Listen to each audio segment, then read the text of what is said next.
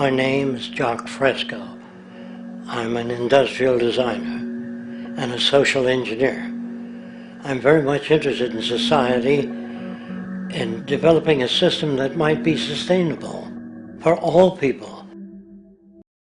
The society that we're about to talk about is a society that is free of all the old superstitions, incarceration, prisons, police, cruelty, and law. All laws will disappear, and the professions will disappear that are no longer valid, such as stockbrokers, bankers, advertising, gone forever, because it's no longer relevant.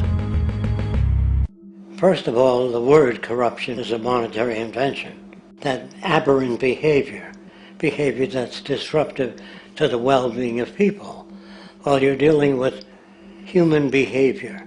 And human behavior appears to be environmentally determined, meaning if you were raised by the Seminole Indians as a baby, never saw anything else, you'd hold that value system. And this goes for nations, it goes for individuals, for families. They try to indoctrinate their children to their particular faith and their country and make them feel like they're part of that. And they build a society which they call established. They establish a workable point of view and tend to perpetuate that, whereas all societies are really emergent, not established. And so they fight new ideas that would interfere with the establishment. Governments try to perpetuate that which keeps them in power. People are not elected to political office to change things. They're put there to keep things the way they are. So you see, the basis of corruption is in our society. Let me make it clear. All nations, then, are basically corrupt because they tend to uphold existing institutions. I don't mean to uphold or downgrade all nations, but communism, socialism, fascism, the free enterprise system, and all other subcultures are the same. They are all basically corrupt. At the heart of this institutional self-preservation lies the monetary system, for it is money that provides the means for power and survival. Therefore, just as a poor person might be forced to steal in order to survive, it is a natural inclination to do whatever is needed to continue an institution's profitability.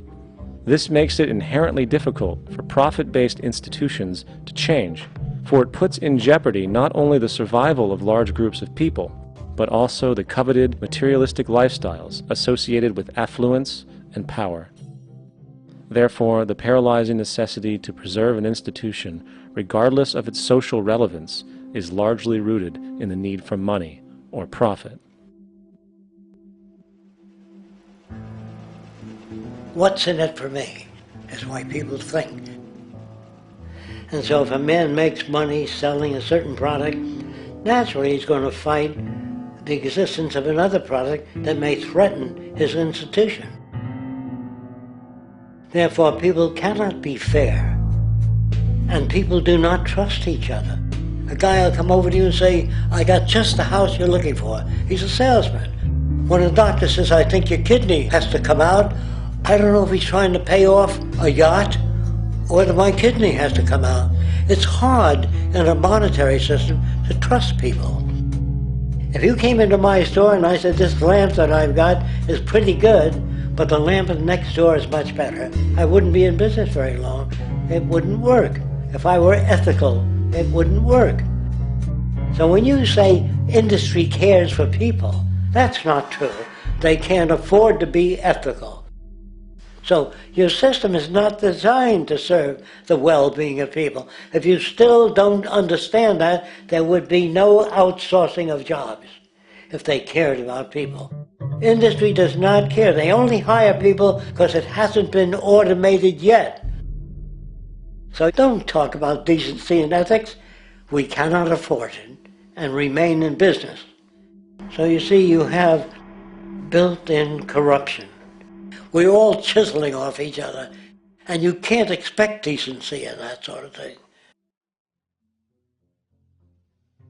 And feeling that, they don't know who to elect. They think in terms of a democracy, which is not possible in a monetary-based economy. If you have more money to advertise your position, the position you desire in government, that isn't a democracy. It serves those in positions of differential advantage. So it's always a dictatorship of the elitists, the financially wealthy. It's not politicians that can solve problems. They have no technical capabilities. They don't know how to solve problems. Even if they were sincere, they don't know how to solve problems. It's the technicians that produce the desalination plants. It's the technicians that give you electricity, that give you motor vehicles, that heat your house and cool it in the summertime. It's technology that solves problems, not politics. Politics cannot solve problems because they're not trained to do so. And writing your congressman is fantastic. They tell you to write your congressman if you want something done. The men in Washington should be at the forefront of technology, the forefront of human studies, the forefront of crime, all the factors that shape human behavior. You don't have to write your congressman. What kind of people are they that are appointed to do that job? The future will have great difficulty. And the question that's raised by politicians is, how much will a project cost? The question is not, how much will it cost? Do we have the resources? And we have the resources today to house everyone, build hospitals all over the world, build schools all over the world, the finest equipment and labs for teaching and doing medical research. So you see, we have all that, but we're in a monetary system. And in a monetary system, there's profit. The true gift that we as human beings have, which has been solely responsible for everything that has improved our lives, is technology. What is technology? Technology is a pencil which allows one to solidify ideas on paper for communication. Technology is an automobile which allows one to travel faster than feet would allow. Technology is a pair of eyeglasses which enables sight for those who need it. Applied technology itself is merely an extension of human attributes which reduces human effort, freeing humans from a particular chore or problem. Imagine what your life would be like today without a telephone, or an oven, or a computer, or an airplane. Everything in your home which you take for granted, from a doorbell to a table to a dishwasher, is technology generated from the creative, scientific ingenuity of human technicians, not money.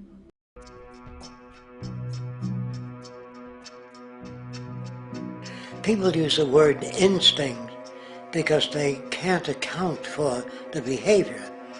They sit back and they evaluate with their lack of knowledge, and they say things like, humans are built a certain way, greed is a natural thing, as though they've worked for years on it, and it's no more natural than wearing clothing. What we want to do is to eliminate the causes of the problems, eliminate the processes that produce greed and bigotry and prejudice and people taking advantage of one another and elitism, eliminating the need for prisons and welfare. We have always had these problems because we have always lived within scarcity and barter and monetary systems that produce scarcity. If you eradicate the conditions that generate what you call socially offensive behavior, it does not exist. The guy said, well, isn't that inborn? No, it's not. There is no human nature, there's human behavior, and that's always been changed throughout history. You're not born with bigotry and greed and corruption and hatred. You pick that up within the society. War, poverty, corruption, hunger, misery, human suffering will not change in a monetary system. That is, there'll be very little significant change. It's going to take the redesign of our culture, our values, and it has to be related to the carrying capacity of the earth, not some human opinion or some politician's notions of the way the world ought to be, or some religious notions of the conduct of human affairs.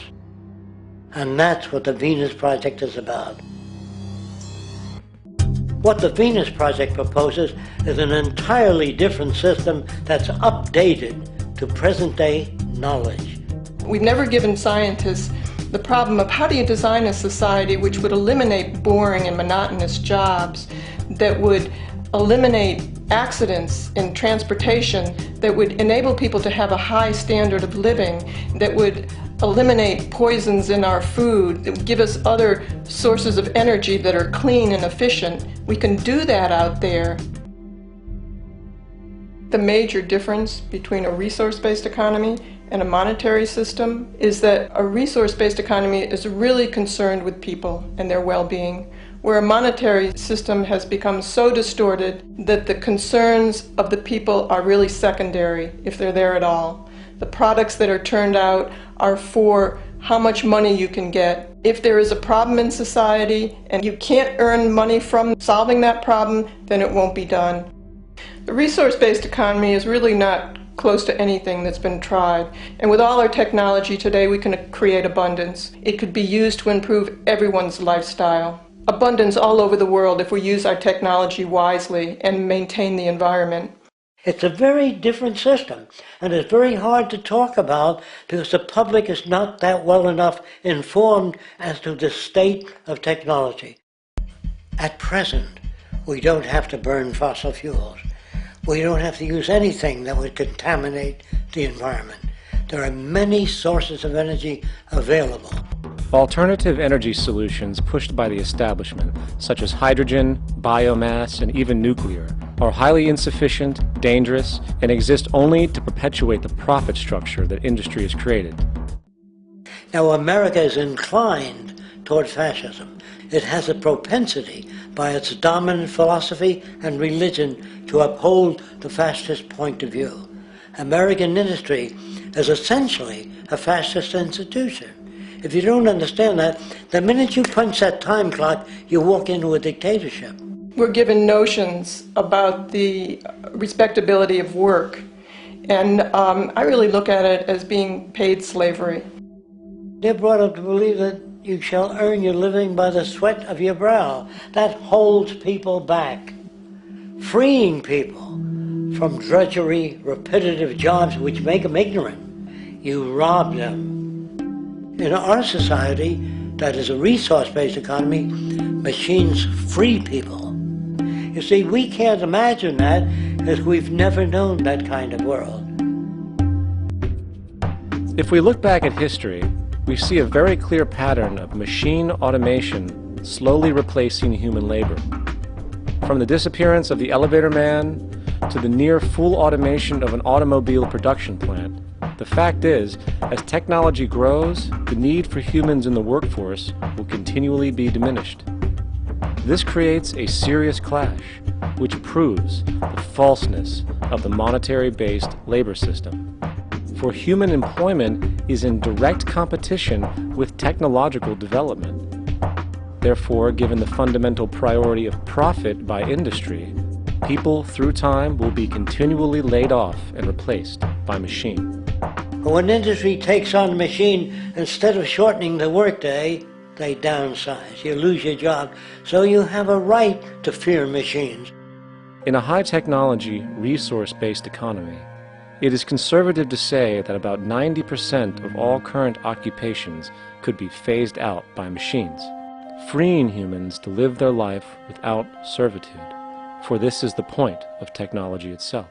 When you have machines that clean out sewers, it frees a human being from doing that. So look at machines as extensions of human performance. Furthermore, many occupations today will have simply no basis to exist in a resource-based economy, such as anything associated with the management of money, advertising, along with the legal system itself. For without money, a great majority of the crimes that are committed today would never occur.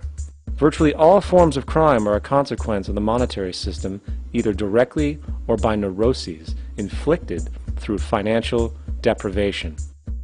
Therefore, laws themselves could eventually become extinct. Instead of putting up a sign, drive carefully, slippery when wet, put abrasive in the highway so it's not slippery when wet. And if a person gets in a car and they're drunk and the car oscillates a great deal, there's a little pendulum that swings up and back and that'll pull the car over to the side. Not a law solution. Put sonar and radar in automobiles so they can't hit one another. Man-made laws are attempts to deal with occurring problems, and not knowing how to solve them, they make a law. If people have access to the necessities of life without servitude, debt, barter, trade, they behave very differently. You want all these things available without a price tag.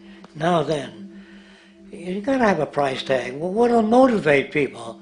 Man gets everything he wants, he just lay around in the sun. This is the myth they perpetuate. People in our culture are trained to believe that the monetary system produces incentive. If they have access to things, why should they want to do anything?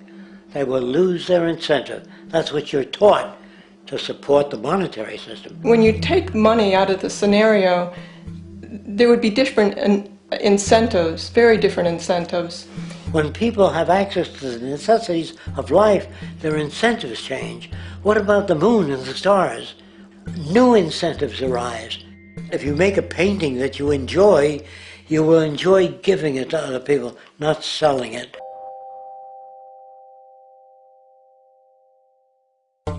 I think most of the education that I've seen today is essentially producing a person for a job. It's very specialized. They're not generalists. People don't know a lot about a lot of different subjects. I don't think you could get people to go to war if they knew a lot about a lot of things. I think education is mostly rote, and they're not taught how to solve problems. They're not given the tools emotionally or within their own field of how to do critical thinking. A resource-based economy, the education would be very different. Our society's major concern is mental development and to motivate each person to their highest potential. Because our philosophy is the smarter people are, the richer the world, because everybody becomes a contributor. The smarter your kids are, the better my life will be, because they'll be contributing more constructively to the environment and to my life, because everything that we devise within a resource-based economy would be applied to society. There would be nothing to hold it back. Patriotism, weapons, armies, navies, all that is a sign that we're not civilized yet. Kids will ask their parents, "Didn't you see the necessity of machines? Dad, couldn't you see that war was inevitable when you produce scarcity? Isn't it obvious?" Of course the kid will understand that you were pinheads, raised merely to serve the established institutions. We're such an abominable, sick society that we won't make the history book. They just say that large nations took land from smaller nations, used force and violence. You'll get history talked about as corrupt behavior all the way along until the beginning of the civilized world. That's when all the nations work together. World unification, working toward common good for all human beings, and without anyone being subservient to anyone else. Without social stratification, whether it be technical elitism or any other kind of elitism, eradicated from the face of the earth. The state does nothing because there is no state. There is no state. The system I advocate, a resource-based global economy, is not perfect. It's just a lot better than what we have. We can never achieve perfection.